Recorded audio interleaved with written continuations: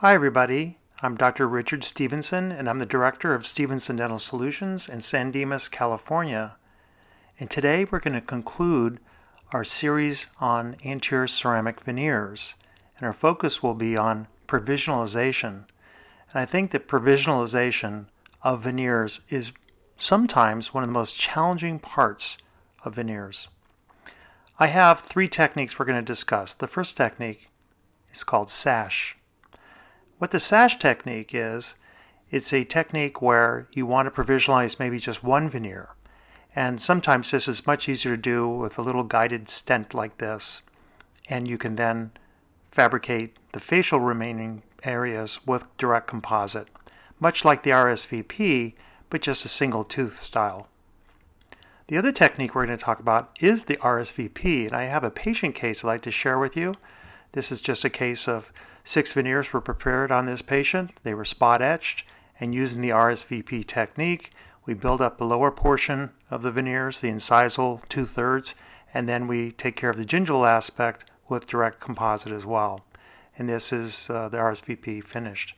Then finally lab processed, which is the gourmet choice for patients that are VIPs, that are going to be in a movie or on TV or a wedding or something really important where they have to have the veneers provisionalized in a beautiful manner. So you have to take a final impression, have your technician build them up with composite in the laboratory, utilizing all kinds of translucencies and effects and things like that, and then provide these for you as a single piece, which you then would spot etch, use some of your adhesive material, and then deliver these in time for the special event. But let's get started with the first most common technique, which is the rapid simplified veneer provisional technique. And we have 2 putty stents here, one on the left and one on the right. This one here is just the putty itself. It happens to be polyvinyl, which is an addition silicone, not the condensation type, so it's very accurate. But I think you can make it even more accurate by adding a wash in the stent again on the diagnostic wax-up, so that you get really good adaptation in the areas of the incisal edge and the lingual surfaces. And then this will provide with the best possible accuracy of the RSVP and make the fabrication of the provisional a little bit easier. The veneers have been prepped from the parts 2, 3, 4, and 5. We have a facial veneer, an incisal butt, a lingual wrap, and a super veneer. And you can go ahead and just try this on the diagnostic wax-up, and you can make a modification of the stent so that it'll be easier to make a provisional that does not invade the gingival areas. The last thing you want to do is have excess provisional material in the gingival sulcus that you have to grind out, or maybe a gingival embrasure that is closed and does not allow the patient access during the temporization or provisionalization period. So I'm just cutting a window which is approximately 1 millimeter incisal to the interproximal papilla. We can use a burr like this, which is a coarse acrylic burr, to refine that important measurement of having this border 1 millimeter incisal to the interproximal gingiva. We're now ready to etch the teeth. And we're going to spot etch. And the reason why we're spot etching is because we want to be able to retrieve this provisional easily, but at the same time we want it to stay put while it's being provisionalized. So making about a 2 millimeter little circle in the middle of each tooth, so it's always in the same place. That way you know where to remove the bonded material with a disc or something and not have to use an aggressive technique to remove the material. We're then going to add adhesive. And just a little dot on each spot etched area is all you really need. And then at this point, we're ready to go ahead and licure this and prepare the stent with the bisacrylic material. So we're now ready to use the temporary material, and I like Vis-a-Vis. This is made by Kettenbach, and it's bisphenol free, and it comes in various shades coming across the ticker there. And it's not a bisacrylic. It's a little bit different. It's completely repairable with composites like bisacryls, but it's quite different. We're going to fill the stent, making sure to trap no bubbles along those incisal edges. That's really important. That's really the most important part. and then we're going to seat the stent completely, and we're going to keep our eye on this material. And we're going to go ahead and check it when it's at the doughy stage.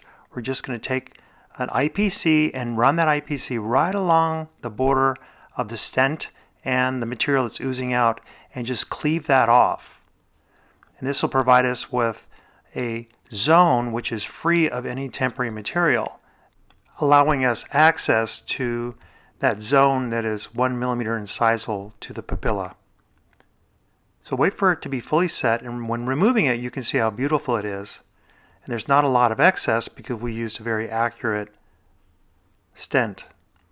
You notice these gingival areas are all like little class 5 restorations, and you can use any composite you like. I think it's probably easy to use a hybrid composite because you can control it really well, but today I'm going to use a flowable because a flowable is another option. Check for any problems where you have voids too, because it's a good time to fill the voids with your flowable composite at this time. We're going to use this A2 Ultraflow Herculite composite, which is a nano-hybrid flowable.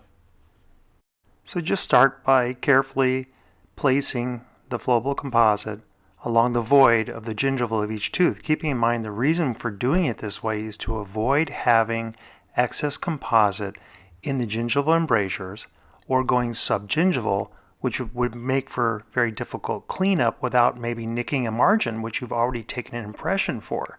Remember, this is a technique we're doing after the final impressions are completed, and we don't want to have any composite flash in those interproximal areas. This is very different than a mock-up. A mock-up is much easier. A mock-up we can make with a full coverage stent and just go ahead and add all the material because a little bit of excess composite won't be a problem so much in that particular case.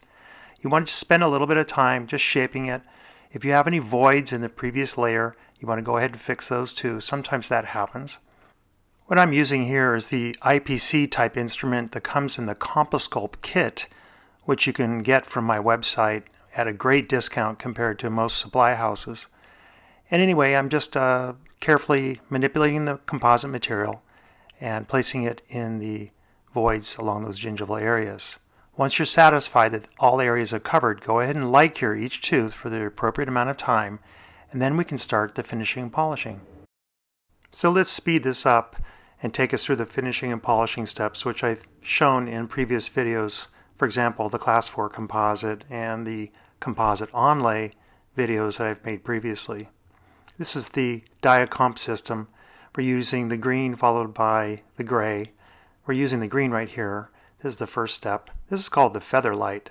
It's a wonderful finishing abrasive. And now we're moving on to the gray. And I always make sure that I use a little bit of water while I'm doing this. And the assistant would be typically spraying a little bit of water and air simultaneously while we're going through the procedure to keep the excess material from accumulating in little voids that might have occurred when you made the provisional, and to just keep the teeth nice and cool during this process. But this works really, really, really well. Always spinning this in directions so that the flutes on the end of this feather light are not going backwards, and it's pretty obvious when you pick up the instrument how to do that. And we're not going to spend a lot of time finishing and polishing because the material is so nice when it's coming out of the stent.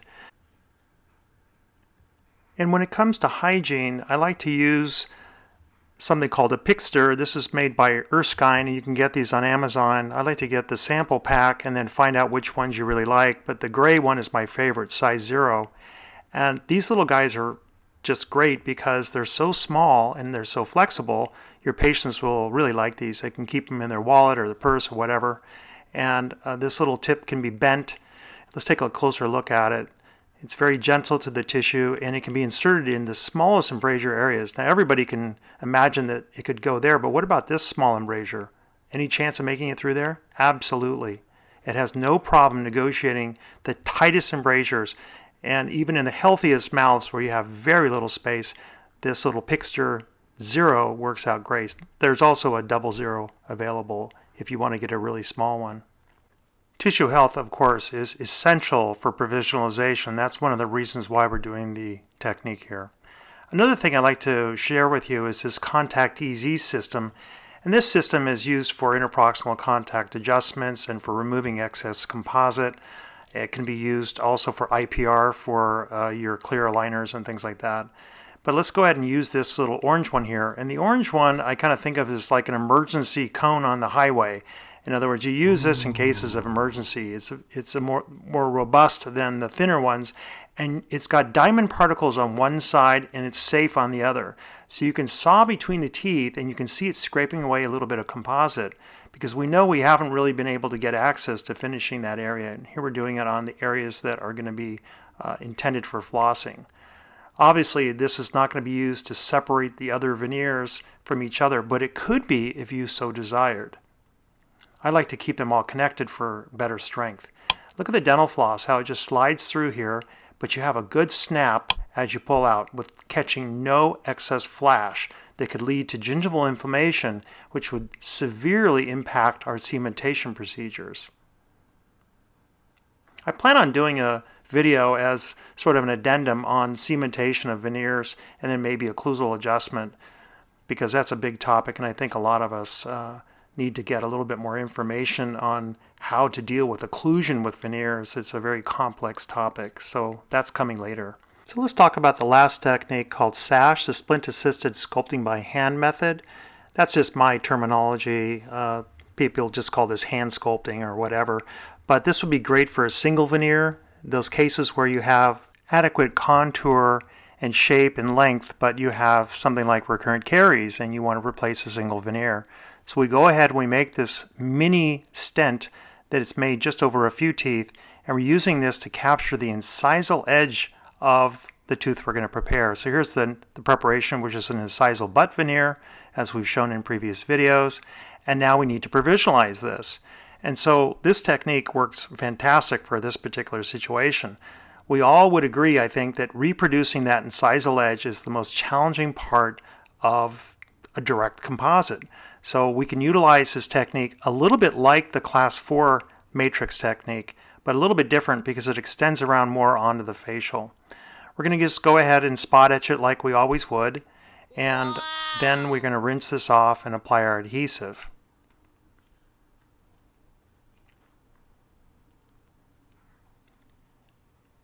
If your adhesive is too thickly applied or too liberal with the application, then we can go ahead and use a dry microbrush and just pick up a little bit of the excess and just leave it a little bit more thin like this.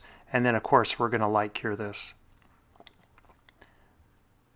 So at this point, let's go ahead and take this little mini stent and let's apply our composite into the incisal area. Now this is the most difficult area for us to reproduce properly, and you may want to use a more translucent material in this case if you'd like to. You can make this very sophisticated by adding different layers inside of here if you so chose. I'm just using the single shade of composite for this particular case. And we want to just fill that just incisal edge area. At this point, it's nice to take a little bit of the adhesive you're using and just add it to the surface so that the material just has a little bit better flow. You could use a flowable composite for this, or you could use Bisco's modeling resin, which is made specifically for this particular purpose. So we just go ahead and insert this on the tooth, hold it in position, and because there was a little gap there and there's plenty of tooth available for us, we can light cure through the tooth and through the exposed composite. So when we remove this stent, we have the incisal edge reasonably well duplicated, and then we can just use whatever composite we like to replicate the remaining portion of this particular tooth. I know some of you are thinking, hey doc, why not just use the RSVP technique? Well, I'm just going to make the entire tooth out of composite, and the RSVP technique wouldn't work with composite because you need to be able to gain access to light curing that incisal area. The RSVP material covers over quite a bit of that facial surface. So we're just going to go ahead and shape this by hand, and it's pretty easy. I think that most of you would be pretty comfortable just on a single facial like that. Remove any little excess that you might have left behind.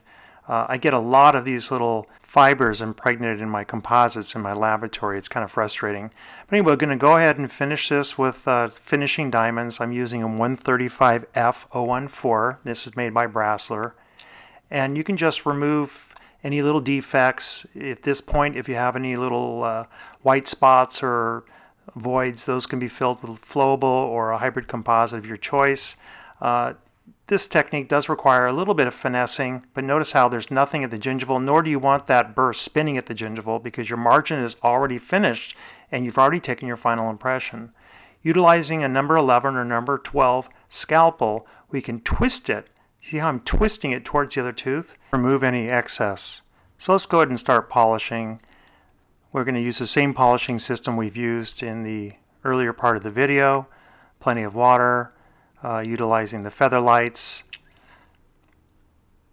And we don't want this veneer bonded to the adjacent teeth. We want to give the patient the ability to floss, and we're going to go ahead and make sure that the floss passes easily through that particular area.